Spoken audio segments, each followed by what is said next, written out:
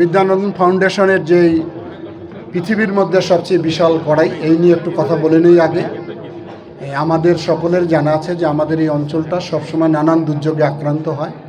ওনারা যে মহৎ একটা প্রচেষ্টা গ্রহণ করেছেন সেটি আমরা সচক্ষে দেখতে এসেছি, এবং আমার জানা মতে যতটুকু তথ্য জানি পৃথিবীর মধ্যে এটি সর্ববৃহৎ কড়াই।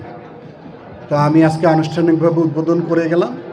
এই স্বেচ্ছাসেবী সংগঠনটি মানুষের দুর্যোগের সময়, মানুষের কষ্টের সময় তাদের পাশে দাঁড়ায় সব সময়। আমি আশা করি ভবিষ্যতে তারা মানুষের দুর্যোগের পাশে থাকবে। আর তিস্তা মহাপরিকল্পনার ব্যাপারে আপনারা সবাই জানেন, আমরা আন্দোলন করেছি, সবেমাত্র সরকার গঠন হয়েছে, এখনও আমাদের মনে আঙ্গুলের কালির দাগ মুছেনি। এটা নিয়ে কাজ হচ্ছে। সংসদের প্রথম অধিবেশনে মহামান্য রাষ্ট্রপতিও তিস্তা মহাপরিকল্পনার কথা বলেছেন। আমিও মাননীয় প্রধানমন্ত্রীর সঙ্গে যতটা সুযোগ হয়েছে এর মধ্যে আমি কথা বলেছি। এটা পরীক্ষা নিরীক্ষা করা হচ্ছে।